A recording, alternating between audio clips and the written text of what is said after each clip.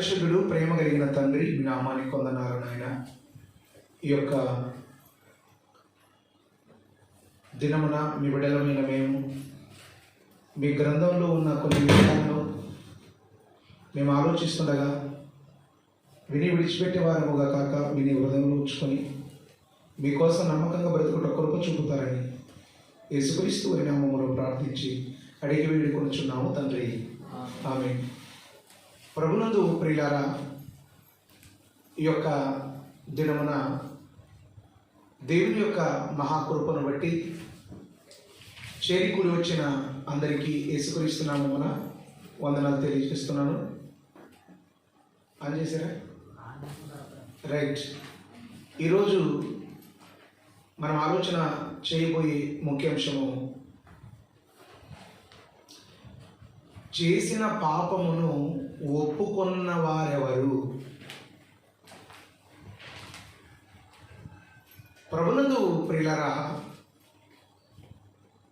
ఒక మనిషి పాపం చేస్తాడు. ఈ చేసిన పాపాన్ని ఒప్పుకోవుట కంటే కప్పుకునేవారే ఎక్కువ ఉన్నారు. మనం ఆలోచిస్తే ఏదేను వనంలో ఆదాము అవ్వలు ఉన్నారు. ఈ ఏదేను వనంలో ఆదాము అవ్వలు వీరు తప్పు చేశారు. వీరు తప్పు చేసి ఏం చేశారు? మనం ఒకసారి గ్రంథాన్ని చూస్తే వీరు ఒప్పుకొనకుండా ఏం చేశారు ఒకసారి మనము చూస్తే ప్రియులారా, పరిశుద్ధ గ్రంథముల నుండి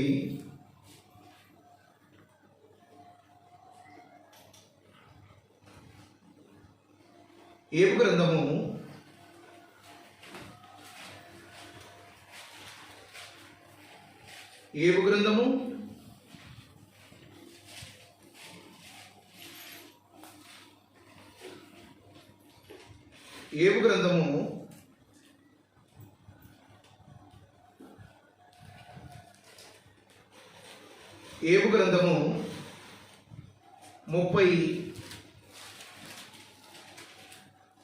34వ అధ్యాయము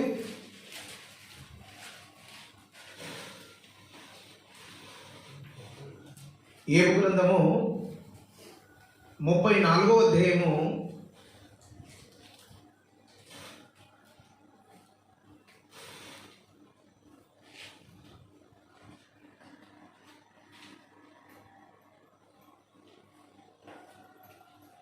31వ అధ్యాయము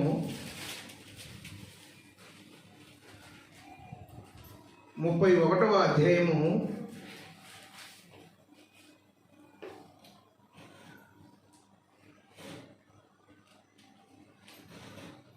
31వ అధ్యాయము వచనం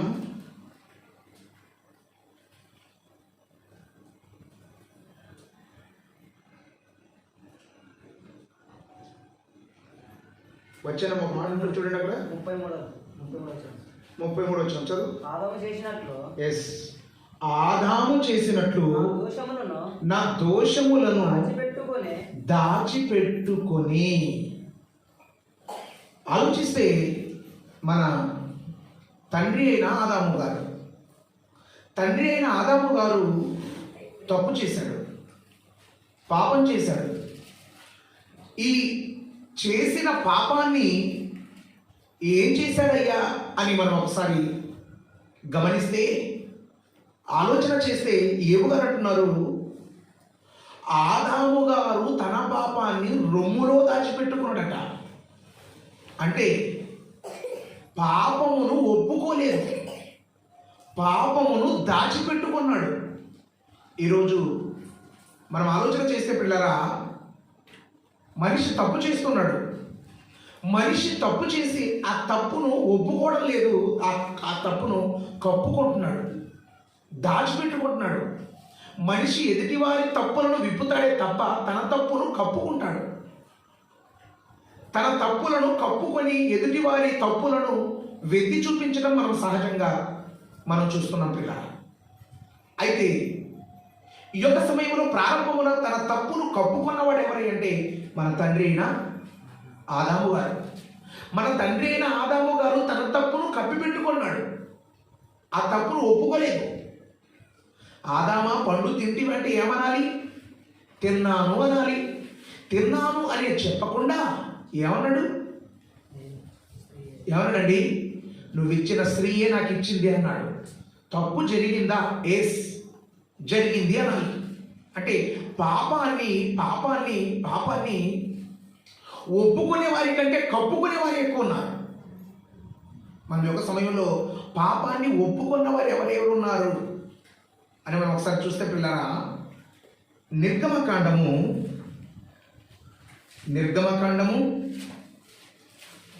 9వ అధ్యాయము 27వ వచనం. ఇది చూడగా ఫరో మోషే అహరోనును పిలువనంపి నేను ఈసారి పాపం చేశాను. ఏమంటున్నారండి? ఫరో గారు మోషే అహరోనులను పిలిపించి తన పాపాన్ని ఒప్పుకుంటున్నాడు. తన తప్పిదాన్ని ఒప్పుకుంటున్నాడు. ఎందుకు? ఎప్పుడు ఒప్పుకుంటున్నాడు ఇతను? ప్రారంభమున ఇతడు ఒప్పుకోలేదు. యెహోవా ఎవడు అన్నవాడు ఇతను. అలాంటి ఇతన్ని మనం చూస్తే పిల్లరా, ఇతని మీదికి దేవుడు తన సైన్యాన్ని పంపించాడు. తన సైన్యాన్ని ఎప్పుడైతే పంపించాడో దేవుని సైన్య బలాన్ని తెలుసుకున్న ఎవరు? ఫరో.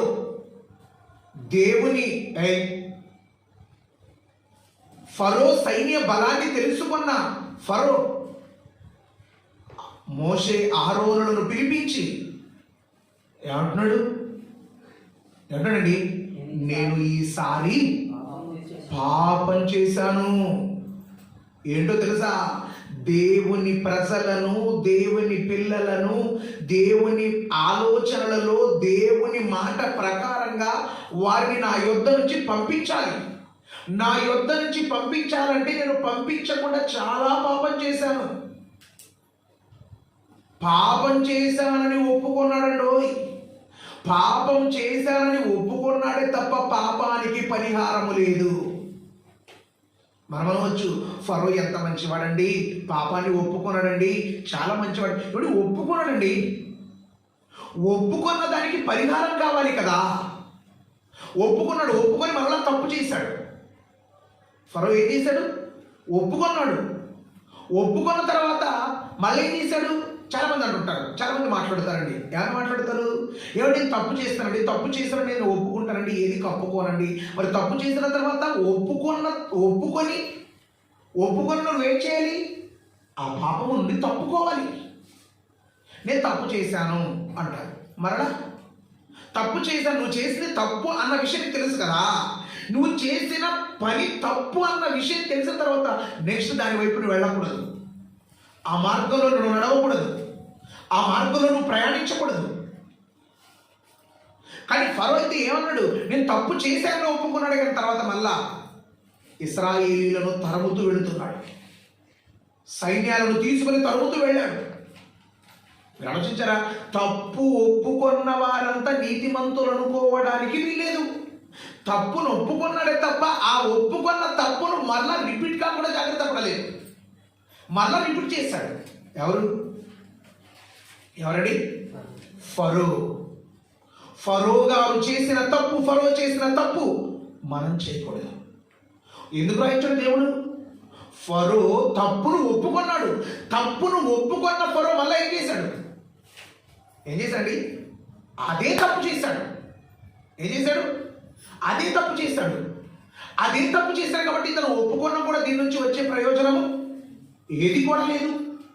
అదే మరలా కిందకు చూస్తే మరొక వ్యక్తి కనబడతాడండి. అతను ఒకసారి యెహోషువ గ్రంథము 7వ అధ్యాయము 20వ వచనం. ఆకాను యెహోషువతో ఇశ్రాయేలీయుల దేవుడైన యెహోవాకు విరోధంగా నేను పాపం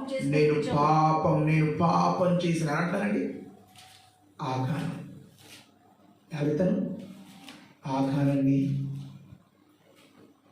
ఆకాను చెబుతున్నాడు, నేను దేవునికి విరోధంగా తప్పు చేశాను. దేవునికి వ్యతిరేకంగా. ఏంటి తప్పు? ఏంటండి? విరోధంగా చేసిన పాపం ఏంటి? తను దేవునికి విరోధంగా చేసిన పాపం ఏంటి? చూడండి 7వ అధ్యాయం మొదటి వచనం. శపితమైన దాని విషయములో ఇశ్రాయేలు తిరుగుబాటు చేసిరి. ఏం చేస్తున్నాడు? శపించబడినది ఏ ఒక్క ఇశ్రాయేలీయుడు తన దగ్గర ఉంచుకోకూడదన్నది దేవుని ఆజ్ఞ, దేవుని నియమం, దేవుని శాసనం. అయితే ఒక సందర్భంలో ఏం చేశారు తెలుసా? ఈ సందర్భంలో ఏం చేశారయ్యా అని మనం ఒకసారి చూస్తే ప్రియులారా, ఏదైతే దేవుడు ఆశించకూడదు, దేన్నైతే దేవుడు తీసుకోకూడదని దేవుడు తన గ్రంథములో చెప్పాడో దాన్నే ఆశించాడు, దాన్నే తీసుకున్నాడు. తీసుకున్న తర్వాత ఇశ్రాయేలులకు అపజయాలు ఏర్పడ్డాయి, యుద్ధాలలో ఓడిపోయారు. ఓడిపోయిన తర్వాత ఏంటి అపజయం? ఎందుకు ఇంత అపజయం కలుగుతుందని వాళ్ళు చూస్తే తేలింది తెలుసా? శపించబడిన వస్తువు మీలో ఒకడు తీసుకున్నాడు. ఎవడయ్యా అని చూస్తే అందరి దగ్గర శోధించి చూస్తే, ప్రతి ఒక్కరిని ప్రశ్నిస్తే తేలినవాడు ఎవడో తెలుసా? ఆకాను చేశాడు. తప్పు ఒప్పుకున్నాడే కానీ ఒప్పుకున్న తప్పుకు ప్రాయశ్చిత్తం పొందలేదు. ఎందుకో తెలుసా? అక్కడికక్కడే రాళ్లతో కొట్టి చంపేశారు. ఎవరినండి? ఆకాను కుటుంబమును రాళ్లతో కొట్టి చంపేశారు. ప్రియులారా, చంపబడ్డారు వారు. అందుకే ఈ యొక్క సమయంలో మనం కూడా ఆలోచించాలి. ఆకాను తప్పు చేశారని ఒప్పుకున్నాడే తప్ప ఆ తప్పుకు చేసినటువంటి తప్పిదానికి ప్రాయశ్చిత్తం పొందలేకపోయాడు. కారణం, బ్రతకటానికి అవకాశము లేదండి. ఫరో తప్పు ఒప్పుకున్నాడు, మరలా ఫరో పాపాన్ని ఒప్పుకున్నాడు, మరలా పాపం చేశాడు. ఆకాను పాపాన్ని ఒప్పుకున్నాడు కానీ ప్రాయశ్చిత్తం మాత్రం కలగలేదు. ఏం చేయలేదు? కలగలేదు. ఆదాము ఒప్పుకోలేదు, అవ్వ ఒప్పుకోలేదు. తర్వాత ఫరో ఒప్పుకున్నాడు. తర్వాత ఆకాను కూడా ఒప్పుకున్నాడు. ఏని? నేను తప్పు చేస్తే, నేను పాపం చేశానని. తర్వాత ఇంకొక వ్యక్తిని చూడండి, సంఖ్యాకాండము 22వ అధ్యాయము 34వ వచనం. అందుకు బిలాము నేను పాపం చేసి తిని నీవు నాకు ఎదురుగా అన్నాడు. బిలాము ఏమన్నాడు? ప్రవక్త అయిన బిలాము గారు ఒప్పుకున్నారు. దేవా తండ్రి, నేను పాపం చేశాను. ఎప్పుడు ఒప్పుకుంటున్నాడు? ముందు ఖడ్గదూత నిలబడ్డది, కత్తి చేత పట్టుకొని ఒక దేవదూత నిలబడి ఉన్నది. ఈ నిలబడి ఉన్న దేవదూత ఎప్పుడైతే కనిపించిందో, ఈ దేవదూత కనిపించగానే ఇతడికి గుండెలు గువేలు ఉన్నాయి, భయం ఏర్పడింది. నేను తప్పు చేశా, నేను పాపం చేశా. ఎందుకో తెలుసా? ఇశ్రాయేలు ప్రజలను శపించకూడదని చెప్పినా నేను బహుమానాలను ఆశించి నేను ఈ తప్పు చేశా అని ఒప్పుకొని ఏం చేశాడు తెలుసా? బిలాము ఏం చేశాడండి? బిలాము ఇశ్రాయేలు ప్రజల మీదకి మోయాబు స్త్రీలను పంపించాడు. కారణం, ఎందుకు పంపించాడు అని మనం చూస్తే పిల్లరా, అన్య స్త్రీలను వివాహం చేసుకొనకూడదు. అన్య స్త్రీలతో శారీరకంగా వీరు కలుసుకున్నారా, వీరికి ఆటోమేటిక్గా శాపం వీరికి వస్తుంది. బిలాము తప్పును ఒప్పుకున్నాడే తప్ప చేసిన పాపానికి ప్రాయశ్చిత్తం పొందలేదండి పిల్లరా. ఫరో ఒప్పుకున్నాడు, ప్రాయశ్చిత్తం లేదు. ఆకాను ఒప్పుకున్నాడు, ప్రాయశ్చిత్తం లేదు. బిలము ఒప్పుకున్నాడు, ఏం లేదు, ప్రాయశ్చిత్తము లేదండి. ప్రాయశ్చిత్తం లేదు. మరలా కొత్త నిబంధనలో మరొక వ్యక్తి ఒప్పుకున్నాడు చూడండి. మత్తయి సువార్త 27వ అధ్యాయం 4వ వచనం.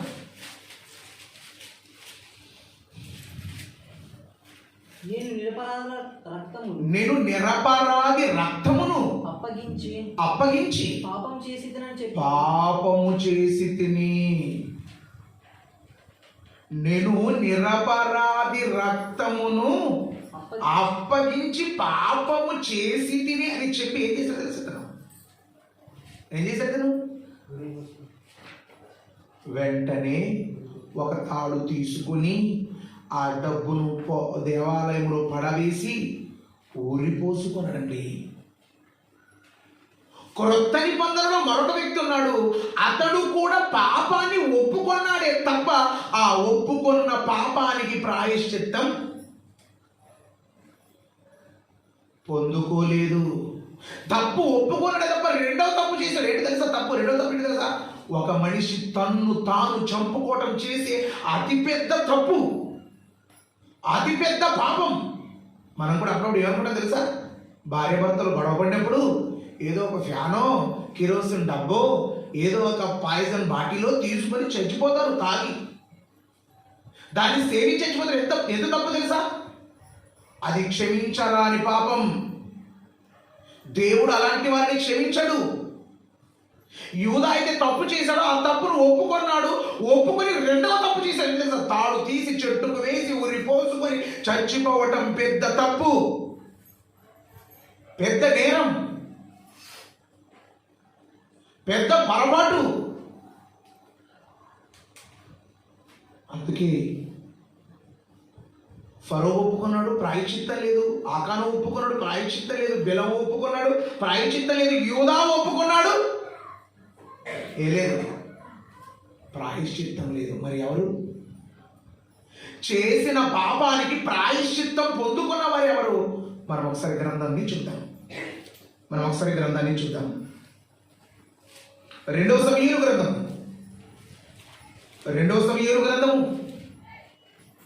12వ అధ్యాయం 13వ వచనం. 2వ సమూయేలు గ్రంథము 12వ అధ్యాయం 13వ వచనం. నేను పాపము చేసి తిని అని దావీదు నాతానుతో ఒప్పుకున్నాడు. దైవజనుడా, నేనైతే పాపం చేశాను, నేనైతే తప్పు చేశాను, పాపము చేశాను నాతానుతో అనగా నాతాను నీవు చావకుండానట్లు దేవుడు నీ పాపాలు క్షమించాడు. దేవుడు నీ పాపాలను క్షమించాడు. అంటే ఏంటి తెలుసా? దావీదు గారు తప్పు చేశాడు. ఈ తప్పు చేసిన దావీదు గారు తాను చేసిన తప్పిదానికై, తాను చేసిన తప్పును, తాను చేసిన పాపానికి పరిహారం పొందుకుంటున్నాడు. పరిహారం పొందుకోవడానికి ఏం చేస్తాడు తెలుసా దావీదు గారు? 51వ కీర్తన చూడండి. కీర్తనల గ్రంథము 51వ కీర్తన మొదటి వచ్చిన అనుకుంటా. దేవా నీ కృప చొప్పున నన్ను కరుణించుము. నీ వాత్సల్య బాహుళ్యము చొప్పున నా అతిక్రమములను తుడిచిపెట్టుము. నా దోషం పోనట్లుగా బాగుగా కడుగుము. నా పాపము పోనట్లుగా. ఏమంటాడండి? ఏమంటాడు దావీదు గారు? తండ్రి నన్ను కడుగు, నన్ను పవిత్రపరచు, నన్ను శుద్ధి చెయ్యి అని చెబుతూ అంటున్నాడు. ఏడవ వచనం. నేను పవిత్రుడగునట్లు ఈసోపుతో నా పాపమును పరిహరింపుము. ఏంటండి దావీదు గారు అంటున్నాడు? 11వ వచనం. అప్పుడు అతిక్రమము చేయు వారికి 11వ వచనం, నీ సన్నిధిలో నుండి నన్ను త్రోసివేయకుము, నీ పరిశుద్ధాత్మను నా యొద్ద నుండి. దేవుడితో గోచాడుతున్నాడండి. మనిషితో ఒప్పుకున్నాడు. మనిషితో అవునయ్యా నేను తప్పు చేశానని మనిషితో ఒప్పుకున్నాడు. నెక్స్ట్ ఎవరితో ఒప్పుకుంటుంది తెలుసా? దేవుడితో, దేవా నన్ను బాక్కడు, నన్ను శుద్ధి చేయి, నన్ను పవిత్రపరచు, నన్ను పరిశుద్ధులు చేయి. నీ సన్నిధిలో నుండి నేను తప్పు చేశాను, నేను తప్పు చేశానని చెప్పి నీ సన్నిధిలో నుండి నన్ను త్రోసివేయకమయ్యా, నీ సన్నిధిలో నుండి నన్ను త్రోసివేయకము. నేను ఎప్పుడైతే అభిషేకం పొందానో, అభిషేకం పొందిన వెంటనే నాలోని పరిశుద్ధాత్మ వచ్చాడు. ఆ పరిశుద్ధాత్మ నేను దుఃఖపరిచాను. పరిశుద్ధాత్మను దుఃఖపరిచే కార్యక్రమాలు నేను చేశాను. కానీ అయ్యా నీ పరిశుద్ధాత్మను నాలో నుండి తీసివేయటమిది.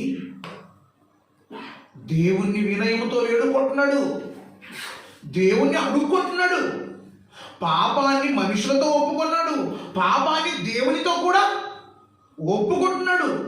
నన్ను కడుగు, పవిత్రపరచు, పరిశుద్ధపరచు అని అంటున్నాడు ప్రియారా. అంటే దావీదు గారు తాను చేసిన పాపానికి ఏం పొందాడు? ఏం పొందాడండి? ప్రాయశ్చిత్తం పొందాడు. కాబట్టి దేవుడు అంటున్నాడు, దావీదు దేవుని సంకల్పము చొప్పున తరతరము వారికి సేవ చేసి పితరుల యొద్దకు చేర్చబడ్డాడని. ఏడు పిల్లరా, తాను చేసిన పాపానికై ప్రాయశ్చిత్తం పొందుకున్నవారు దావీదు గారు కనబడతారు. మనం అలాగే ముందుకు వెళ్ళిపోతే పిల్లరా, కొత్త నిబంధనలు మనం చూద్దాం. లూకా సువార్త 15వ అధ్యాయం 18వ వచనం. లూకా సువార్త 15వ అధ్యాయం 18వ వచనం. నేను లేచి నా తండ్రి వద్దకు వెళ్ళి తండ్రి నేను పరలోకమునకును విరోధముగా నీ ఎదుట పాపం చేశానయ్యా, ఇక మీదట నీ కుమారుడనని అనిపించుకొనుటకు యోగ్యుడను కాని అంటున్నాడు. ఇది ఏ కుమారుడు? తప్పిపోయాడు కుమారుడు. ఆ కుమారుడు తప్పిపోయాడు. చాలా మంది కుమారులు తప్పిపోయారా? బ్రహ్మాండంగా తప్పిపోయారు కుమారుడు.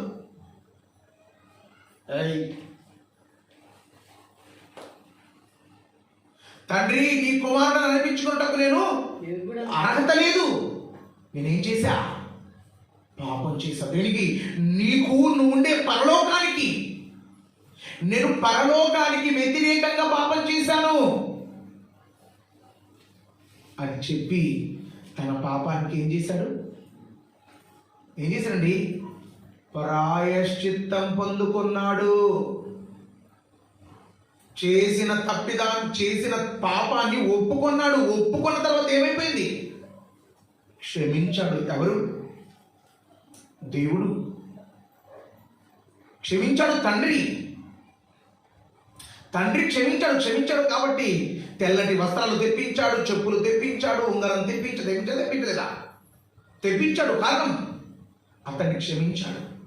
మనం కూడా తెలుసుకోవాల్సింది తెలుసా? తప్పును కప్పుకొని, పాపాన్ని కప్పుకొని ఇన్ని రోజులు బ్రతికిన పాత్రలు తప్పదు. ఆ పాపాన్ని ఒప్పుకోవాలి. ఎవరి ఎదుట? మనుషుల ఎదుట కాదండి. ఎవరి ఎదుట? దేవుని ఎదుట ఒప్పుకోవాలి. దేవుని ఎదుట నీ పాపాలని ఒప్పుకుంటే ఏం చేస్తావు? చూడండి ఒకసారి. సామెతల గ్రంథం 28వ అధ్యాయం 13వ వచనం.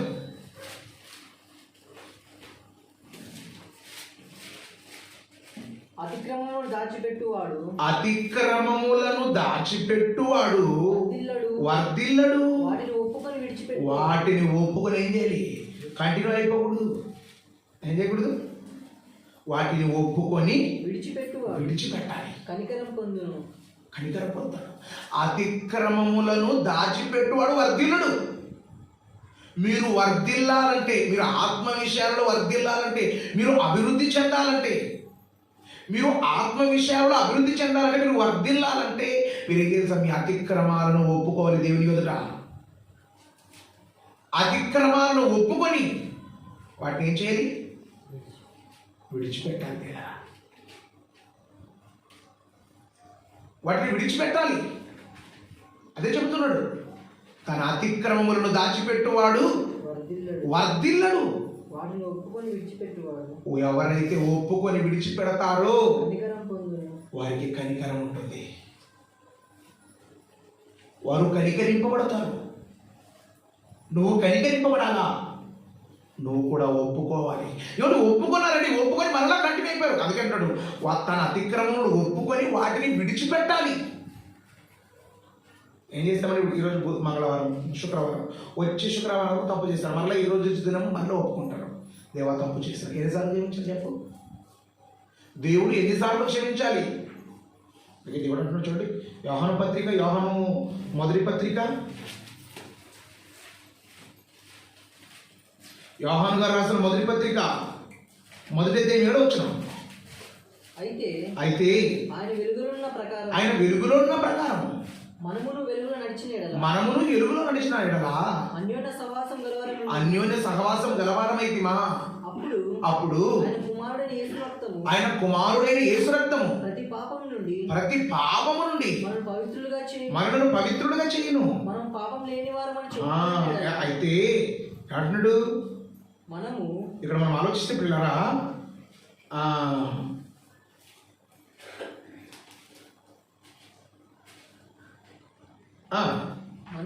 మనము పాపము లేని వారమని చెప్పుకొని ఎడల మనలను మనమే మోసపుచ్చుకుందాం అంటున్నాడు. అంటున్నాడు తెలుసా, మనము ఆయన ఎదుట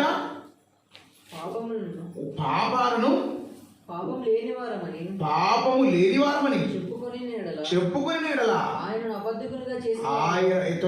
9 వచ్చిన అనుకుంటా, మనము మన పాపములను మనం ఒప్పుకొని ఎడల ఆయన నమ్మదగిన వాడు, నీతిమంతుడు గనుక ఆయన మన పాపాలను క్షమిస్తాడు.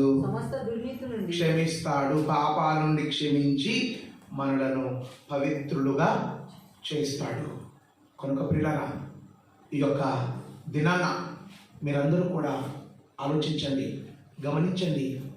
మీరు ఎన్నో పొరపాట్లు చేస్తున్నారు, ఎన్నో తప్పిదాలు చేస్తున్నారు.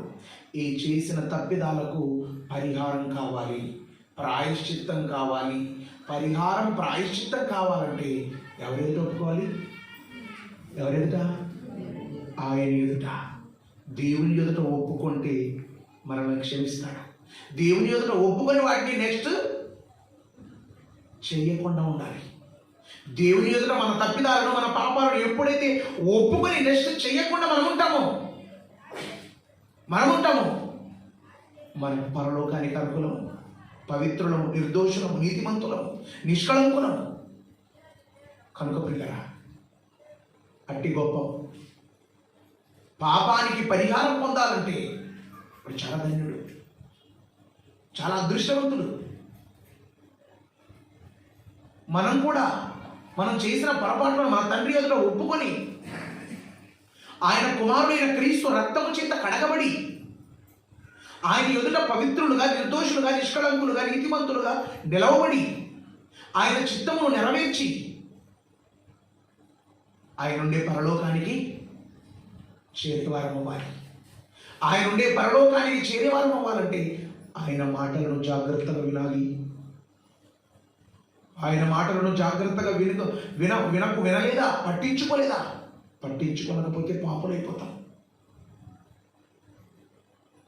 కనుక పిల్లారా, ఫరో ఒప్పుకున్నాడు, క్షమాపణ అయితే లేదు.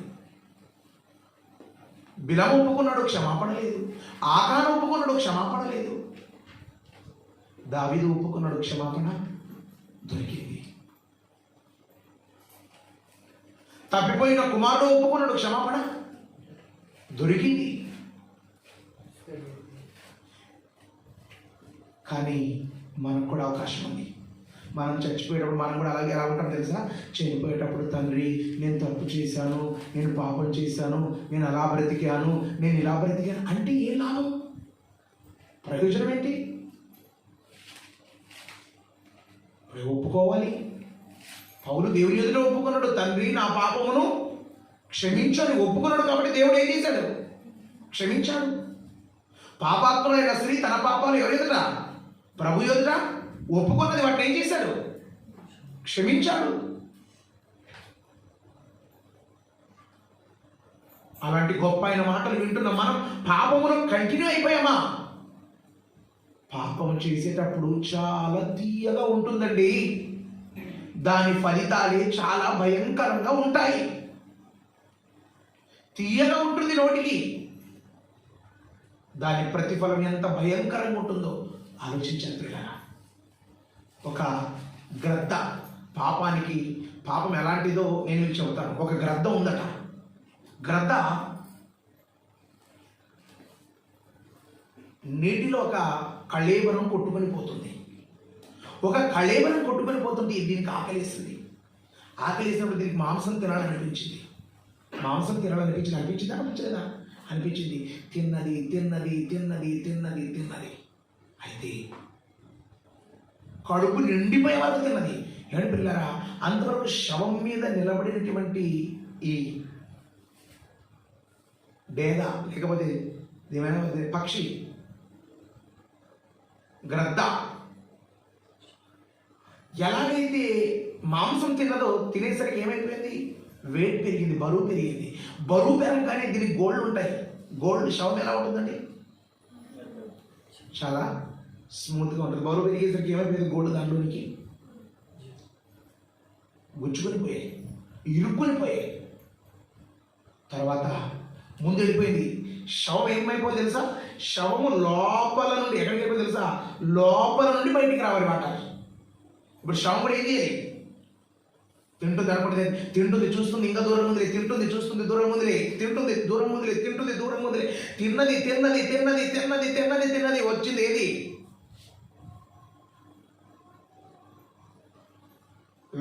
బ్రిడ్జ్ లోపల నుండి నీళ్ళు వెళ్ళిపోవాలి. వచ్చింది, ఎగురుతుంది, కావటం ఎగురుతుంది. ఏం చేయాలి చెప్పండి? ఎగరడానికి ప్రయత్నించేసరికి ఇంకా దీని కాళ్ళు ఏమైపోతున్నాయి? లోపలికి వెళ్ళిపోతున్నాయి. ఏమైపోతున్నాయి? లోపలికి వెళ్తే ఎగరలేక ప్రయత్నించి చివరకు చచ్చిపోయింది. ఏమైపోయింది? మనిషి కూడా అలానే అనుకుంటాడు. నాకు టైం ఉంది, నేను పాపం చేయొచ్చు, నాకు సమయం ఉంది, నాకు పాపం చేయొచ్చు, నాకు సమయం ఉంది, పాపం చేయొచ్చు, సమయం ఉంది అని చెప్పి కాళ్ళు చాపిన తరువాత మరణ స్థితిలో పడకలో పడుకున్నప్పుడు దేవా తండ్రి క్షమించు అంటే క్షమించడానికి దేవుడు ఏమైనా అంత వెర్రి వెంగళం అనుకున్నావా? చెప్పండి. గ్రద్దకు బతకాలనే కోరికుంది, కానీ ఇరుక్కొని పోయింది. నీకు కూడా పరలోకం వెళ్ళాలనే కోరికుంది, కానీ ఇరుక్కొని పోయావు. గద్ద కాళ్ళు శవము లోపల ఇరుక్కొని పోయాయి. నీ బ్రతుకు పాప కూపములో ఇరుక్కొని పోయింది. ఎవడు కాపాడుతాడు చెప్పండి? ఎవడు రక్షిస్తాడు? రక్షించేవాడు ఎవరైనా ఉన్నాడా? ఎవరు లేడండి. మనం రక్షించేది వాక్యం, మనం రక్షించేది బైబిల్, మనను కాపాడేది యేసుక్రీస్తు. ఆయన మాటలు విందాం. మనం చేసిన పాపాలను ఒప్పుకుందాం, ఆయన ఎదుటి ఒప్పుకుందాం, వాటిని వదిలిపెడదాం. నీతిమంతులుగా భక్తులుగా బ్రతుకుదాం. పాపం అనేది చక్కటి స్పీడ్ లాంటిది. దాని ఫలితం అగ్నిగుండం ప్రియులారా. ఆ గుండాన్ని తప్పించుకోవడానికి ప్రార్థన, ఈ తరగతి, ఈ విషయాలు మీరు విని హృదయంలో ఉంచుకున్నారా? బాగుపడతారు. ఈ మాటలు విని విడిచిపెట్టారా? ఆరని అగ్నిగుండానికి చేరిపోతారు. కళ్ళు మూసుకొని పరిశుద్ధులు ప్రేమ కలిగిన తండ్రి, మీ మాటలు విన్నాం. ఇన్న మాటల ప్రకారంగా బ్రతుకుట కృప చూపుతారని యేసుక్రీస్తు వారి నామములో ప్రార్థించి అడిగి వేడుకొని